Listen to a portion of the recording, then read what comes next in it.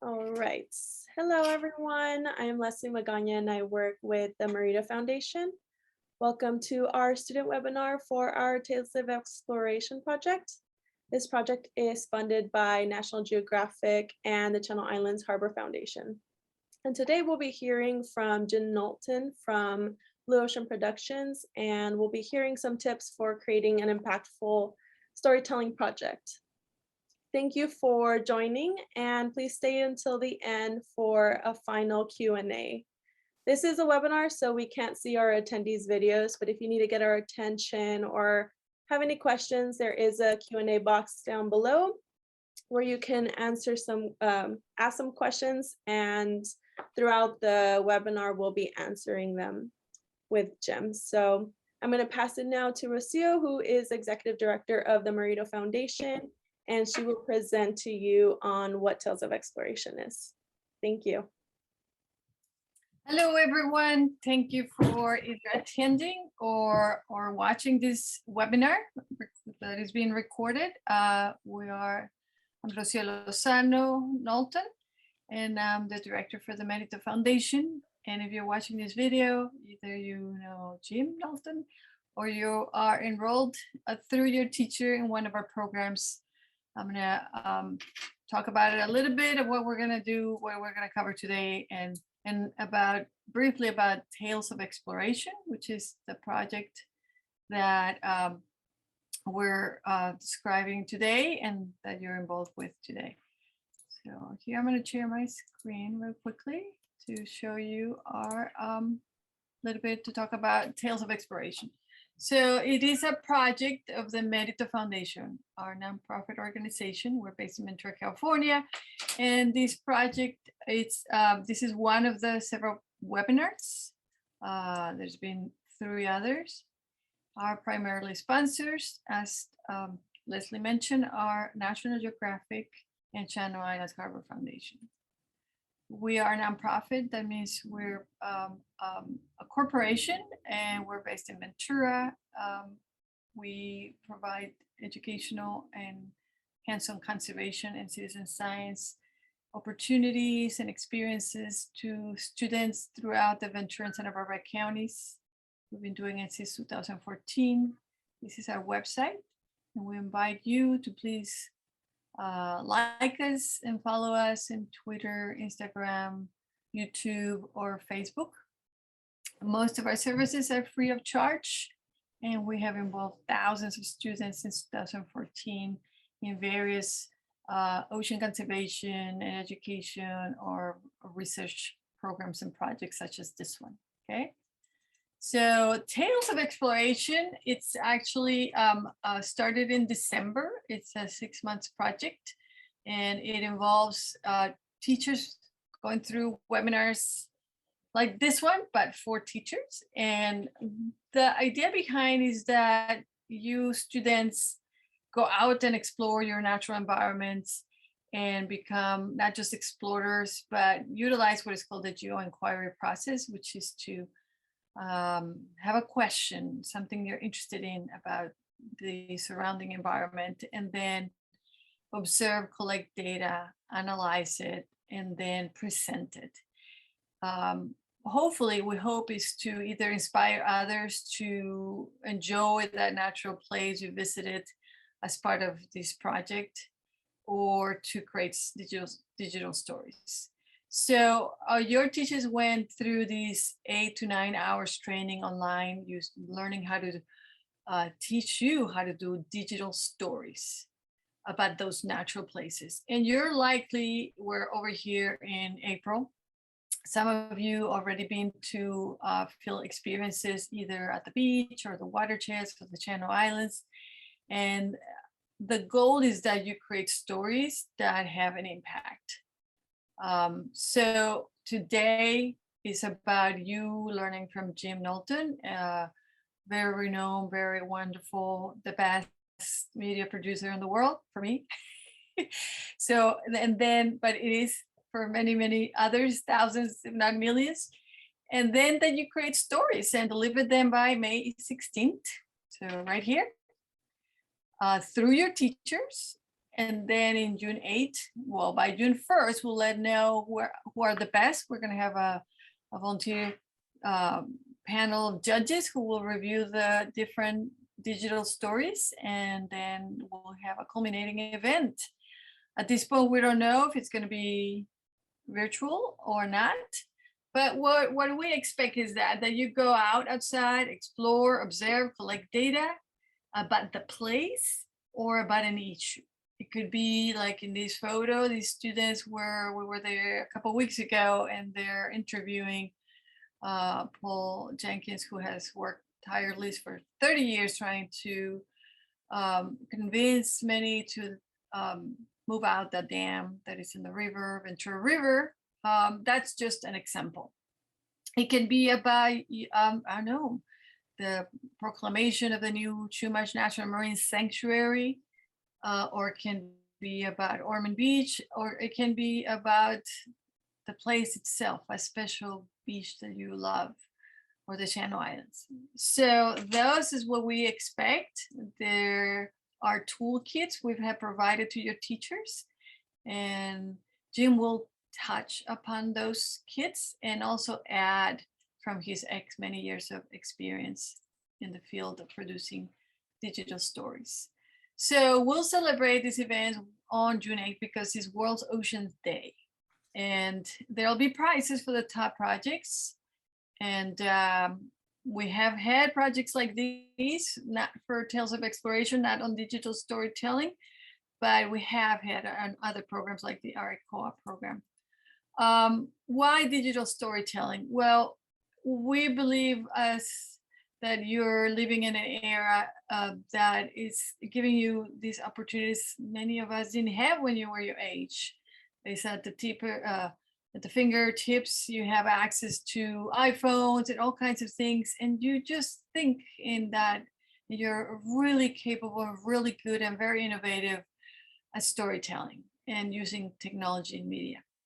So why not use it to influence others? So this is something a student, actually, a young college student said. Her name Hannah Reyes Morales. She's from the Philippines. I really like her quote, that every student and every learner has an important story to tell, whether it's their own story or the story of their own community.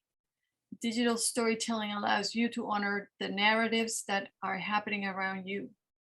People who can tell a good story can really rally people to get behind certain things, issues, or causes.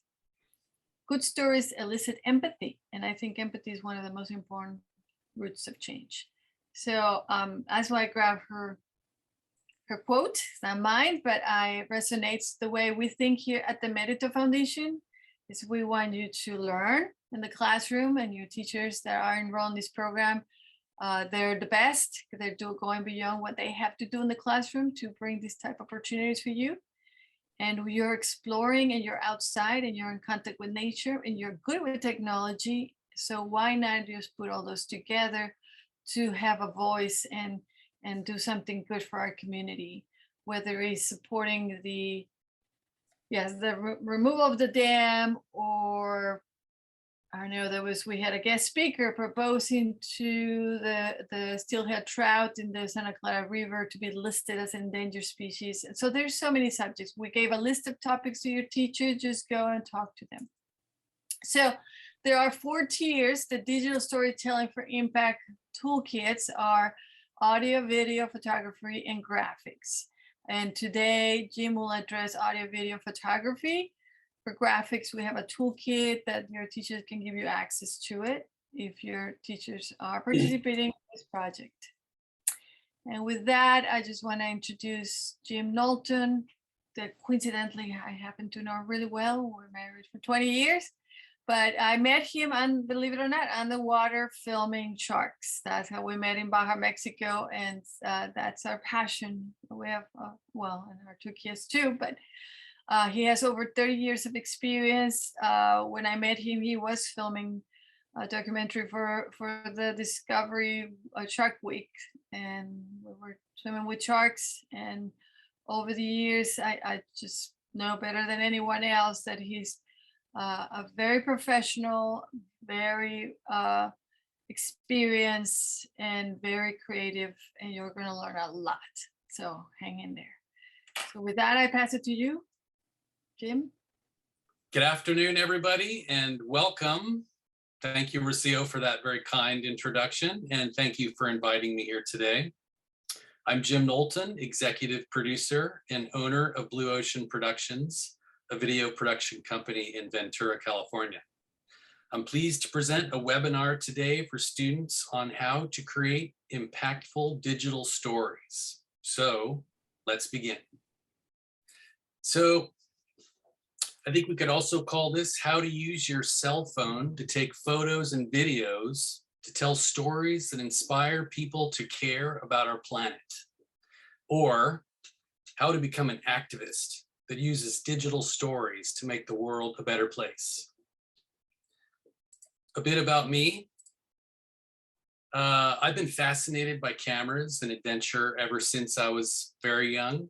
My parents gave me a Brownie camera when I was a kid so I could take pictures on vacation. And I remember mostly taking pictures of landscapes and animals. I remember as a boy, my brother and I would roam across the mountain where we had a cabin, and we'd leave all day and go as far as we wanted and explore until we were too tired or hungry and we returned home. So when I went to UCSB, it seemed natural for me to earn a degree in environmental studies and geography because it gave me the tools to understand the world around me and to be able to roam as far as, wherever I went, I would be able to help solve environmental problems. And so that really, when I looked in the catalog of the college classes, every class in environmental studies seemed to inspire me. After UCSB, I worked on dive boats and National Park Service boats at the Channel Islands. I was able to explore the islands and go diving daily in kelp forests and on rocky reefs, and I saw amazing sea life. And mostly, I was able to take about a roll of film a day and learn how to shoot underwater. But I wanted to use my degree, so for about 5 years, I became a senior environmental consultant, analyzing projects according to state and federal laws. But I wasn't happy because I wanted to be a storyteller and an activist. I wanted to protect the environment, not help proposed projects. So I just didn't feel I could do that for the rest of my life. So I quit my job, bought a camera, and went back to the boats I was working on, and I started to learn how to make documentaries. Soon, I was volunteering for a company that made Shark Week documentaries, and then I became an editor and an underwater cameraman, and I was traveling the world making shark documentaries for a living. After a few years, I began working with Jean-Michel Cousteau at Ocean Futures, and I've been working with him ever since. And in about 2004, I started my own company, Blue Ocean Productions, and I've been working full-time under Blue Ocean Productions and with other companies to help tell environmental and ocean-related stories. And I pulled some of these photos because some of them are very old, and they show some of the old gear that I used to use in starting this craft. Like on the bottom left near that orange camera is a 16mm film camera, and the photo with the shark, which was during Shark Week filming, that's a film camera also. And the editing bay I'm sitting at cost $100,000. And so it was really hard just to get time to sit in front of a system like that to learn how to edit. And boy, have times changed. Some of the films I've been able to work on to make and to help others make have made it into film festivals and on television. Some have won top awards, and here's some highlights, like my trip to American Samoa with Jean-Michel Cousteau, Sylvia Earle, and Nanoa Thompson, where we went diving and I got to record interviews with them and travel with them, and their interviews went into several different films that won awards at festivals like Ocean Heritage, which is one of the graphics there that you can see, and that won like a top award in an EcoDoc festival, and Swains Island, which I traveled to a small island in American Samoa and recorded that and came back to write and edit the film that won a top award at the Blue Ocean Film Festival in People in the Sea category. So, and that's me receiving an award in the bottom right. If you're interested in seeing any of these short films, many of them are posted on my websites. Blue Ocean Productions is where I cater to businesses so that they have the full benefit of my company. JimKnowlton.com is really where I present myself to companies who want to hire just a director of photography, and they want to hire me as an individual. But there are samples on these sites, and you can see many of the videos that were on the last page on these web pages. I wanted to play a short video that I think captures the spirit of what this program is trying to do, to teach kids to go out into the world and be curious about what they see. And it just happens that Jeff Mawson's online. I see you there, Jeff. Thank you so much for attending. What a treat. But about 20 years ago, Hillary Hauser was very concerned that there was a lot of pollution off of Santa Barbara, and these were causing beach closures. So Hillary Hauser, Jeff Mawson, and I got together on Jeff's boat, and we went and dived off of Goleta Beach because we wanted to see what was there. And that is the spirit of this program, is to ask a question and to go find out what it is. And this video, let me just play it, but it turned out to have really significant impacts for the world.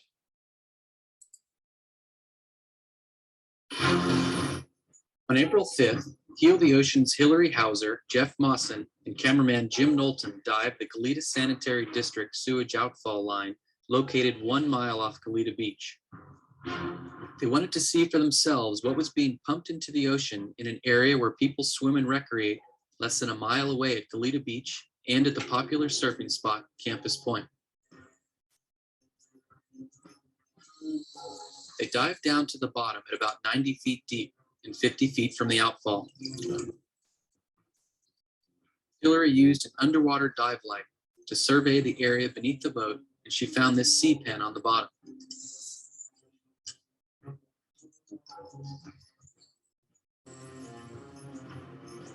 Then they swam over to the pipeline. The pipe is about 5 feet wide and has 7-inch holes on the side where the sewage comes out.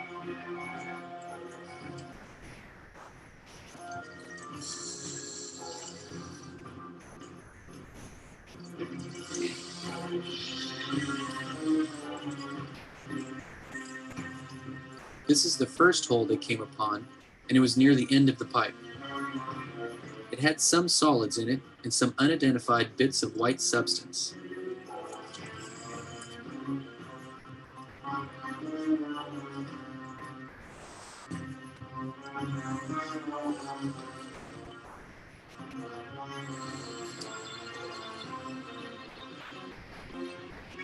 Then they went to the end of the pipe where another 7-inch hole is located.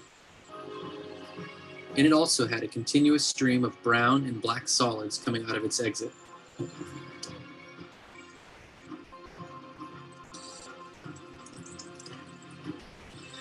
At another hole located further up the pipeline, they found that holes located closer to the beginning of the pipe expelled more solids than those towards the end.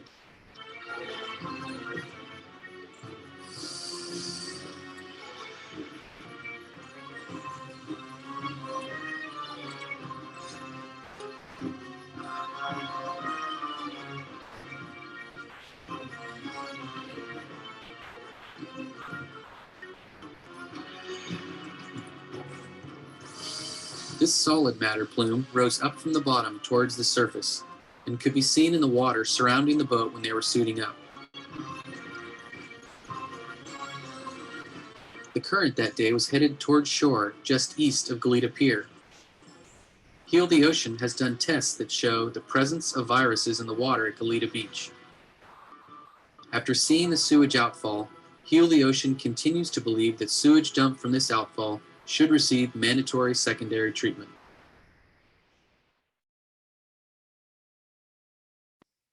So prior to this video, the Goleta Sanitary District was receiving a waiver every 5 years that said they only had to do primary treatment because they said the water coming out of the pipeline as they hold up a beaker would be clear and clean.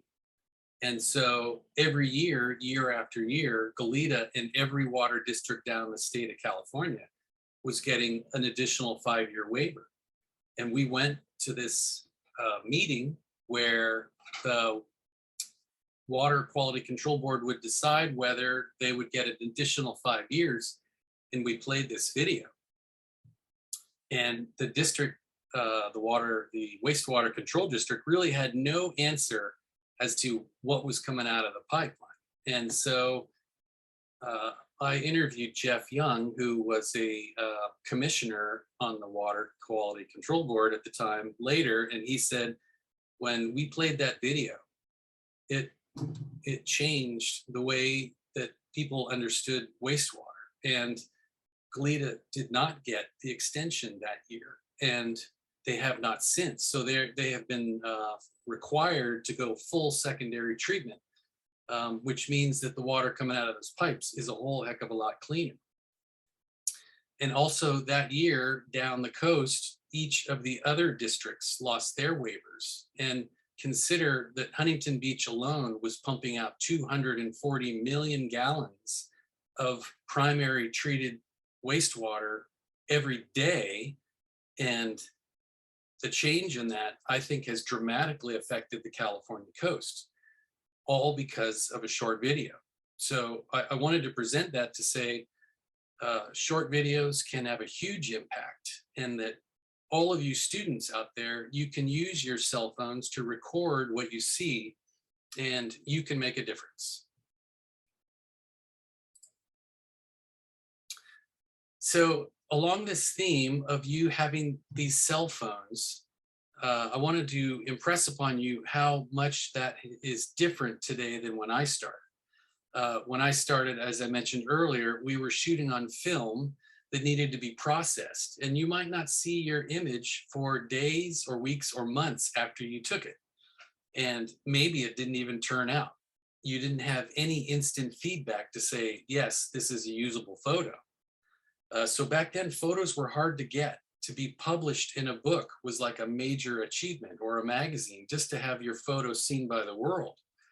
Video editing systems were very expensive, like $100,000. And if you made a program for television, the network needed to approve your story. And so someone else was approving of the messages going out because they funded it, and they would only put on what they thought was valuable. And so now, with this communication revolution in the palm of your hand, you can take a picture and research the meaning of your photo to make sure it's accurate, and you can post it on your social media pages. And you are instantly broadcasting to the world very inexpensively, very instantly, and without anyone else's approval. And the power of this is incredible. So with that power comes responsibility. And so we all need to make sure that what we're broadcasting is accurate, because there is a lot of misinformation. And so that is part of Nat Geo's goal, and MERITO Foundation's goal, is to help educate everybody in these classes who are taking this, that have cell phones, that how to use your media to the benefit of the world is a great skill to have. And along that lines is I made a film on youth and ocean conservation. And you can actually find this on my website in the American Samoa culture and ocean conservation film series. And Sylvia Earle has a great quote that I thought would be benefiting of all of us right now. If you're a kid now, early in the 20th century, you've got to be the luckiest kids ever born. Think about it. You know things that your parents could not know when they were kids, let alone your grandparents, your great-grandparents, or anybody who ever lived before. You are the beneficiary of all the knowing, all the understanding. The astronauts up in the sky brought back the news. I've been down in the ocean. Lots of people have been gathering information, giving it to you. Now is the time. You are armed with more knowing than any kid who's ever been around. You carry in your pocket, a lot of you do, information about the universe that the smartest people who've ever lived before could not know what you know. Never again will there be a better time for you to do what it takes to explore this beautiful blue planet and to take care of it. Time's running out in a way, but this is the best time. If you could be born anywhere in time, be born now. This is the time.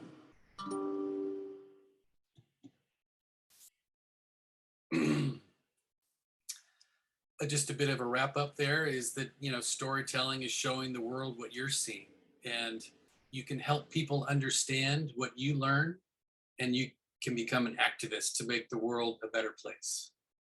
And when you do that, you might run into like-minded people, and you can join forces with them and form groups to get more accomplished together. This is the Geo Inquiry Process that Rocio mentioned earlier, and this is a line of thinking that the National Geo is trying to present to help you formulate your best message so that it's informed, and when you send it out, you can send it to people who can act. So what I'm going to cover is 6 steps, and that is choosing a place, a habitat, or issue for your story, for your project. Something you care about, somewhere you know, or some issue that you think is important that you want to learn about. And I'll go over steps on how to photograph your story, how to review your images, write your story, and edit your story and images, and sharing your story. So pick a place. I kind of already mentioned this, but what do you want people to know about this place? Where is this place that you love, that you think is so important, that you want to share with others?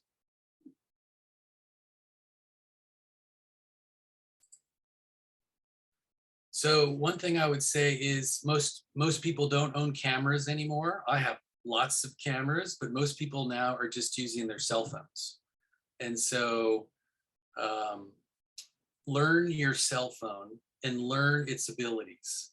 And so when you go out into the field, try to have enough space on your camera, make sure your battery's charged, and then go into the settings on your phone and learn the different settings.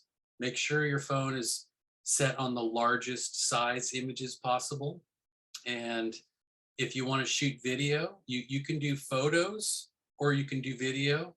That you can make a perfectly good environmental story using just photos, okay? But if you want to use motion is really fun to work with. I think it's a little bit more challenging in that when you take a video clip, you kind of want to think about a beginning, a middle, and an end of your clip. When do you start and stop your camera?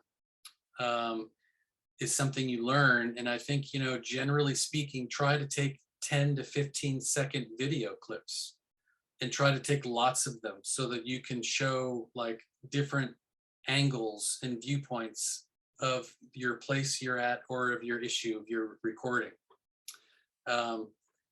Lots of cameras nowadays can have slow-mo, and so you can set the frame rate on your camera. Normal frame rate for Hollywood is 2398 or 24 frames per second. It gives a kind of a dreamy film look, but you can also shoot up to 60 frames and sometimes 120 frames. And then you could get slow motion video. And that's really fun for if you are recording fast moving objects or water. And it's really fun to see all the detail. But you want to learn the different functions of your camera. Some cameras have wide angle and macro for taking little tiny like bug size photos, or panoramas to show whole vistas, or portrait modes. So play with the different functions and learn how to use them when you go out to photograph your subjects, so that you can take different types of pictures depending upon the different things you want to record. Framing your subject deals with what is in your picture.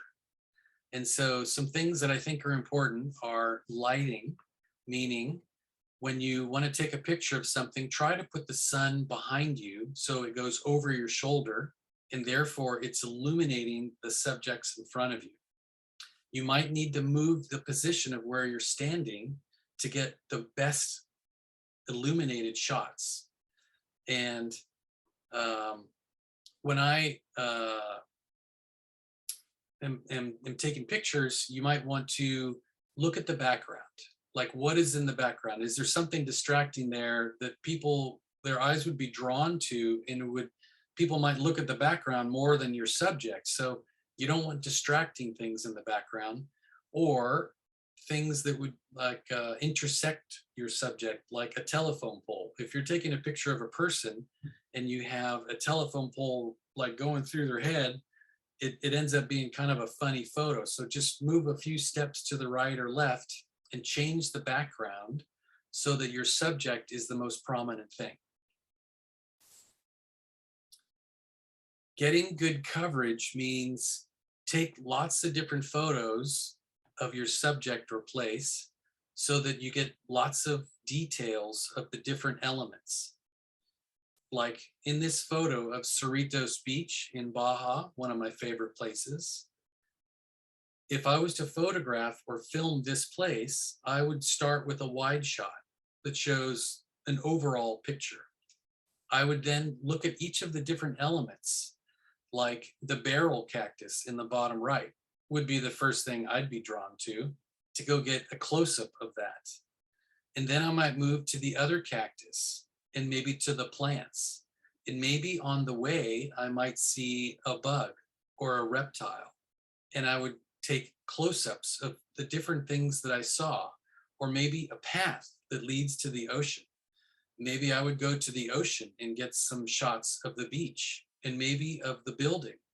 And so each of those individual scenes, I'm just quickly working to paint a picture of all of the different elements that I see that will help people understand what is there, more than just a wide angle shot, which I'm hoping people will then look at the different elements and understand what I'm trying to convey.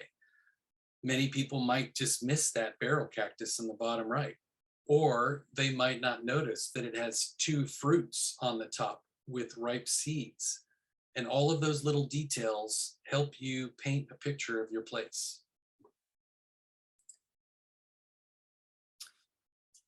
When you're in the field, you might benefit from recording sound of people that are with you, such as asking somebody, what is it that just happened? Or what do you think about this? And little sound bites like that can go into your story, and they will help tell your story in a more rich way, because it's recorded on site at the time, and it's not written later by a narrator. So consider having little snippets of people's voices that you record in the field. And you can have people look directly at the camera or just to the side of the camera. That's really 2 different styles. And when you position how they're in your camera, remember what's called the rule of thirds. And that is, try not to place things in the direct center, such as if you look at how I am right now, in rule of thirds, I might want me to be like a little bit more on the left and possibly about the intersection of this third and the top third. I try not to frame people in documentaries where their head's in the center, where they have lots of room over their head, because that's really wasted space. You want them to be a little taller in your shot. And also, back to the framing thing, you know, it's funny how when I'll hand someone a camera and say, could you take our picture? And they cut off my feet, but they include like sky way above us, you know?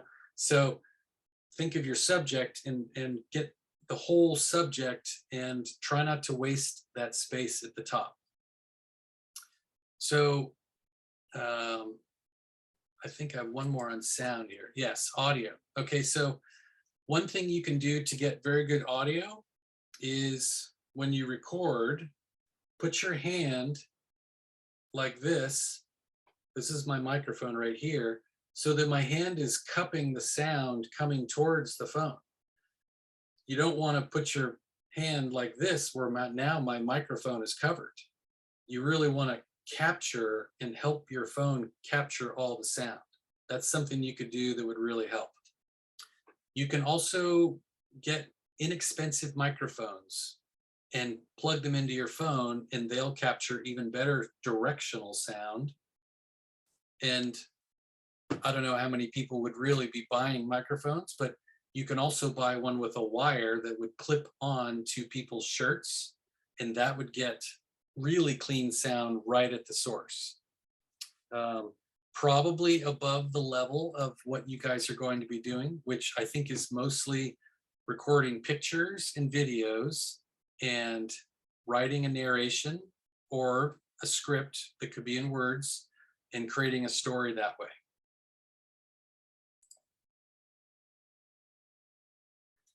So once you have all of your images that you think would help tell your story, you're gonna get your images hopefully off your phone and onto a computer. You can edit on your phone completely right now. There are programs that will allow you to do that. But if you learn how to download your images to your computer, there are advantages. On a Mac, you could use AirDrop, which just sends your photos to your computer. There's Dropbox, there's Google Drive. You might be able to just plug in your phone to your computer. But if you can get your images on a computer, now you can spread them out on a monitor and look at the ones that you shot. And maybe right off the bat, you're gonna get rid of the blurry ones or the duplicates. You're gonna pick your favorites and you're gonna find the shots that you love the most. And I like to call those my money shots. Those are the ones that would be really hard to reproduce. They are the ones that might just be magic. And those images and videos that are really amazing are what I like to build my stories around. And so I set them aside and I start figuring out ways that I could provide images before those shots that would help set up those to help viewers understand when they get to that money shot, all the information I need them to understand, so that when they get to that shot, they realize why that shot is so important.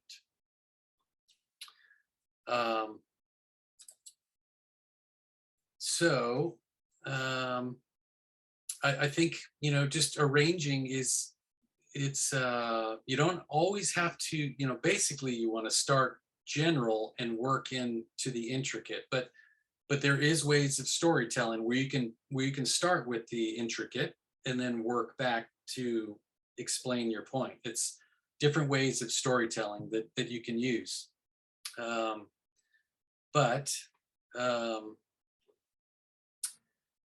I think, ranging and sorting. So what do people need to know, and how can I get to my money shot to create an impactful story? So I wonder, do we want to do a Q&A at this point, just in case people have questions? Or Yeah, briefly, because we only have 20 minutes, Okay. actually 7 minutes left. Okay, Yes.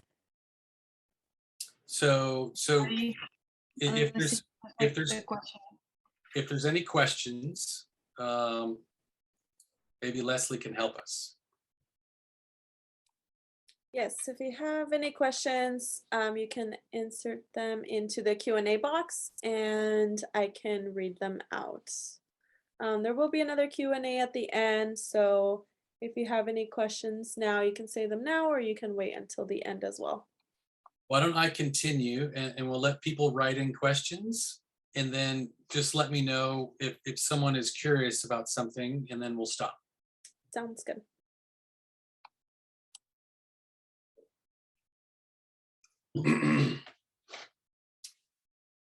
Okay, so let's see here. So there's many ways to tell a story, and you can experiment for ways that seem to fit the story you want to tell. If you think about the Goleta outfall story, right up front, I posed a question. Well, actually I said, we wanted to go somewhere. I listed who went and what we wanted to find out. And then you get to discover what we saw as we saw it. This is like an adventure video. It's a great way because people want to get to the end of that story. So you could say, you know, my friends and I love the beach and we wanted to go to see what we would see. And you might encounter, who knows what you might encounter? You're going to encounter something. Maybe you'll see wildlife. Maybe you'll see pollution like trash. Maybe you'll see a dead animal. Maybe, you know, the possibilities are endless, really. And so you could go and find out what you're going to see. You could research ahead of time and find out what this place is known for, such as snowy plover nesting sites. And you could go during nesting season and respectfully stay away from their nests around the borders. And you could go tell the story of what we saw with snowy plovers. Being informed before you go somewhere has a lot of advantages because you might know what to look for, such as different wildlife, or if you find out what time the lowest tide is of the year, you might be able to go and go tide pooling and show people what is below, you know, low tide on a very low tide day, so that other people appreciate tide pools and what's there in the tide pool environment.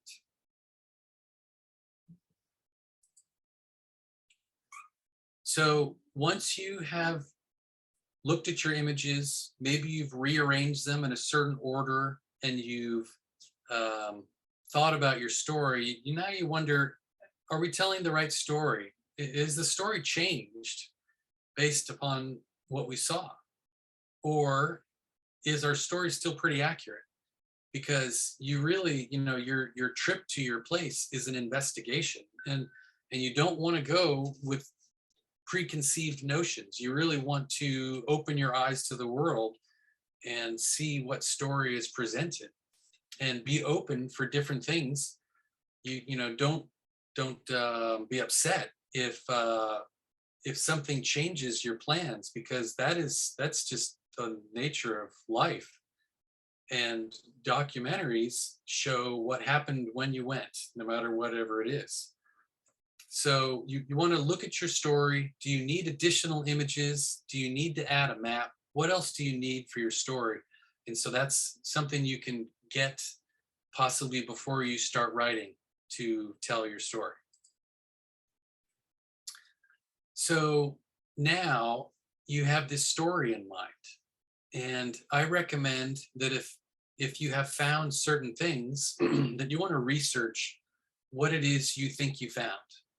Because if you went and you think you recorded snowy plover nests and it turns out it's a totally different bird, you want to find out ahead of time. And so go look at your photos and check online and make sure you have the correct spelling of species and that in that you're basically, you want to make sure you're not presenting misinformation, and you don't want to create a film where people go, actually, that's a sandpiper, and that would be just a really frustrating experience. So research, and now you can sit down and write your script.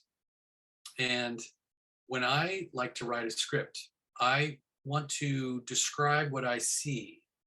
So if you think back to the Galita outfall video, I was describing what I saw without necessarily any opinions. I didn't say, ooh, gross, this is terrible.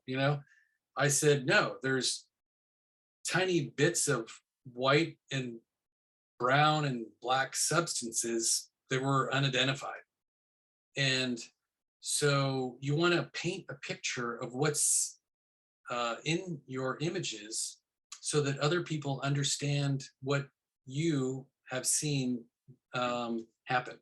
Okay. If you think back to the picture of Cerritos Beach, I'm going to paint a picture of that barrel cactus that was there with its fruit and its spines. And I'm going to bring that place to life so that people love that place by the time I'm done.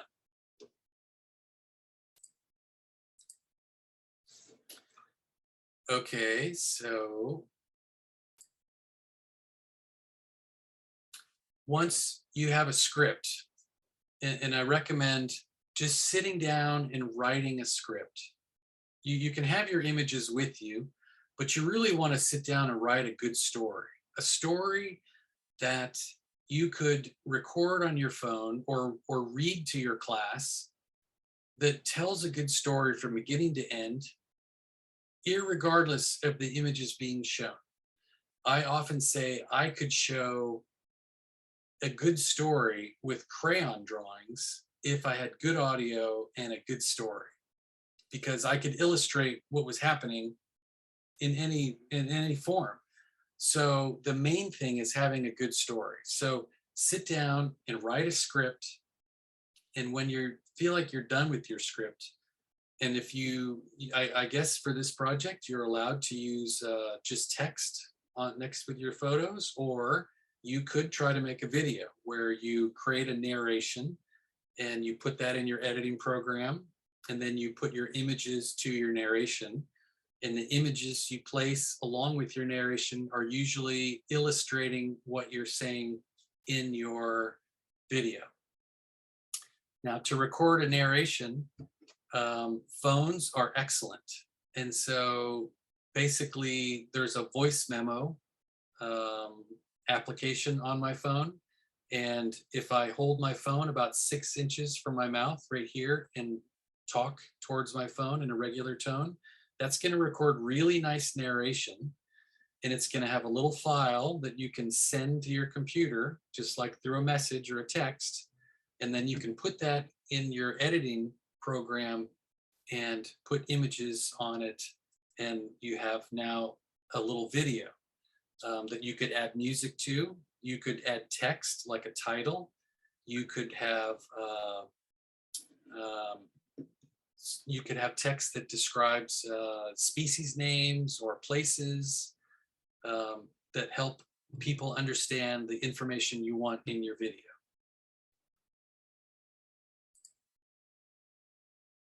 Sharing your story is today easier than ever before. I recommend before you share to play your video to your friends and family that you trust and see what they think about your story. Do they understand your story? Or do they have a lot of questions? Like, I just don't get the part where, you did something. And you may want to adjust your script or adjust your story a little bit so that when you play it again for your friends and family, they go, I get it. Now I get it.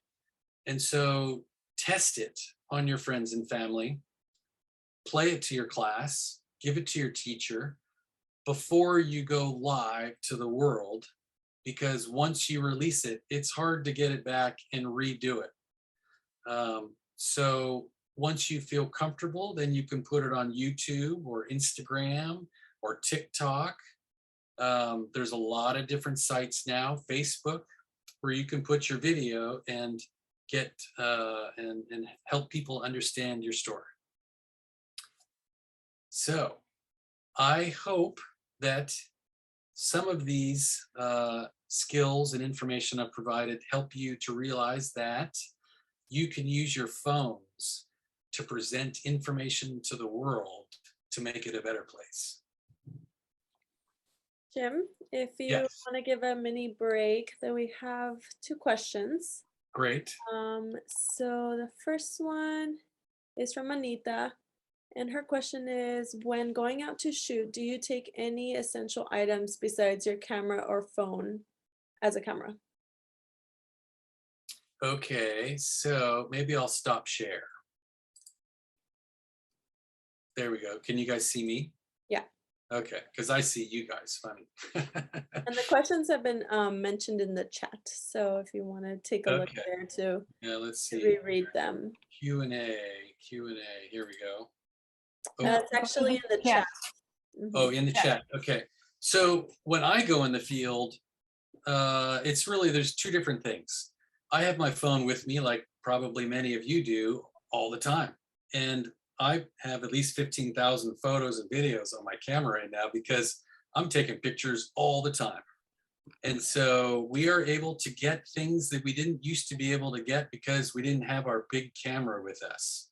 And so now, you know, there's video being recorded of crimes and events that just can't be reproduced quickly. You can't go home and get your camera and capture that. Right now, we can just, you know, the house fire across the street or the amazing animal that ran in front of your car. So I'm using my cell phone very often. And when I go in the field on a project, I carry multiple cameras and multiple lenses to capture different situations. And I carry sound gear and I carry lighting gear. And so I have boxes and boxes and boxes and shelves with lots of gear that I can use to capture images in different situations. And as a photographer and a filmmaker, you want to be able to cover different situations. And each time you learn a different skill in a different situation, whether it's nighttime or water or aerials, or each time you do that, you're finding a way to capture images in a new situation that will help you. So in a nutshell, if you're going to go out and to create a story, a digital story, you want to take something spare than just your phone, if possible, correct? It's a good If it's gonna idea. if the objective is photography, maybe if you have access to an extra camera, it's a good idea. It depends on what you have. Sometimes we can't. Sometimes we're in a situation where that's all you have, right? But if you're going to be recording and maybe in a podcast, then you probably want to have audio recording as well.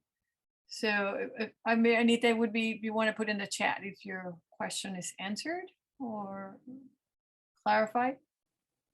And we do have another one from Abigail. And she asked, do you have any suggestions on taking a picture on my phone of a moving object, like a bird? So it's really fun to take slow-mo video. So look on your phone to see if your phone has that, because that's 120 frames a second. It usually does 1 second of normal motion. And then as long as you're holding the button, it's going to record slow motion. And don't record very long, because 1 second then becomes like 6 seconds, I think. And so if your bird is just sitting there motionless, slow motion wouldn't make a lot of sense. But if it's on a perch and you think it's just about to fly, then you could try slow motion, and then hopefully it flies and you get to see the wings. I recently was filming a bee that was buzzing around a cactus flower, and I did it in slow-mo as it came near the flower, and you could just see every wing flap. And it was just, you know, it gives you such a different perspective. So possibly a telephoto lens to get close, because it's hard to get close to birds. or slow-mo are two things I think could really help. And another question, or do you want to just go through your presentation and maybe answer some questions at the end as well? And I wanted to add something for students. So, you know, most of the middle school, high schools, school has a photography department, have media center where you could possibly borrow equipment. Almost every school participating this year in this project have that. So don't be shy and ask your teacher if that's something you can borrow. Do you want to just go through your presentation? We do have one more question, but I want to give you enough time to finish yours. I think that was the last one. Okay, so we have one more question from Meryl. Their question is, how do you find inspiration for each project? That's a good one. So I think find something that you like, something that you're interested in. For me, the possibilities are endless. It's more a limitation of time, really, to go find the time to go photograph things. I'm curious about all the things around me, and so you know, how do you find inspiration for yourself? I think it's just think of your interests. Where do you like to go? Where do you like to spend your time? Lots of projects are based upon where people just like to go and they want to spend more time there. So if you really like a certain place, like a stream or a river or a garden or an urban environment, you know, anything that you think, gosh, that'd be fun, because this should be fun. You should be able to go spend time taking pictures and be proud of what you do. And to be able to share that with other people when you're done, I think, you know, it adds an element of, you know, excitement to your own work. Your video will be a reflection and an extension of yourself.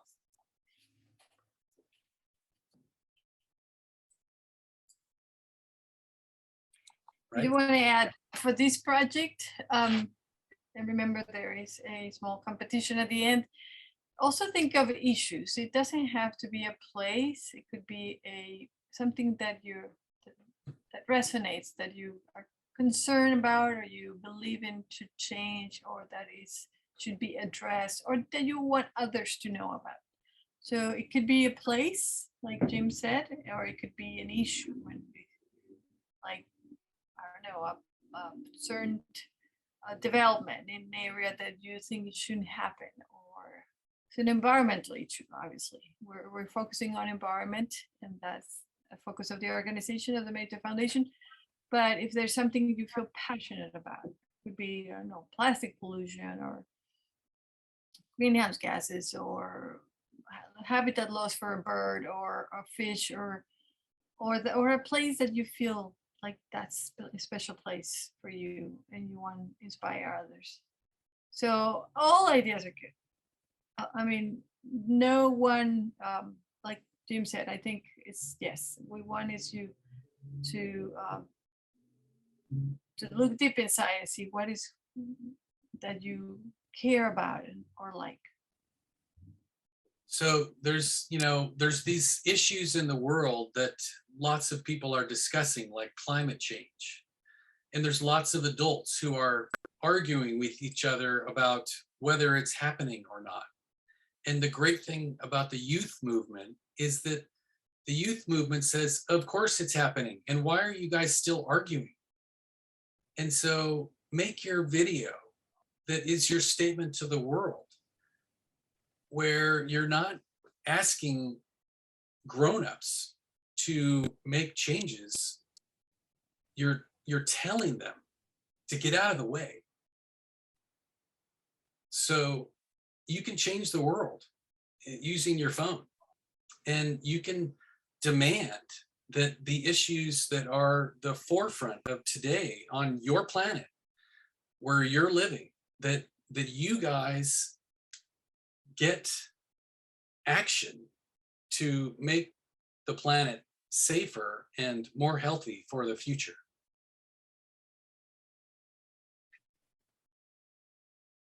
Amen. So you done with your slides, Jim? Did you show it? Everything? Are you sure? I Yeah? did. Yeah. You did. Okay. Well, it's 5:01, and unless anybody has any other questions, no. Well, thank you, Jim. Number one.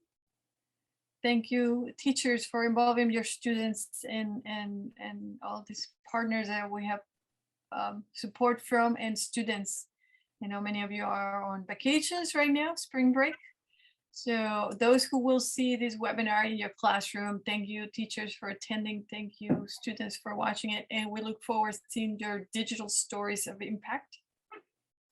If there's still time to go out there to explore, to research, to find inspiration, and there's a folder with toolkits. They're not long toolkits. There are a few pages or a few slides plus Jim's presentation. So you have a lot of resources that you can look at to follow steps, Jim's steps, National Geographic steps, and they're very linked to create your own stories. And we look forward to see them and celebrating them with you on June 8th. Thank you very much. And thank you, Leslie, for your help. Thank you. Thank you all. Thank you. Goodbye. Good afternoon. Bye. Thank you. Goodbye. Thank you so much.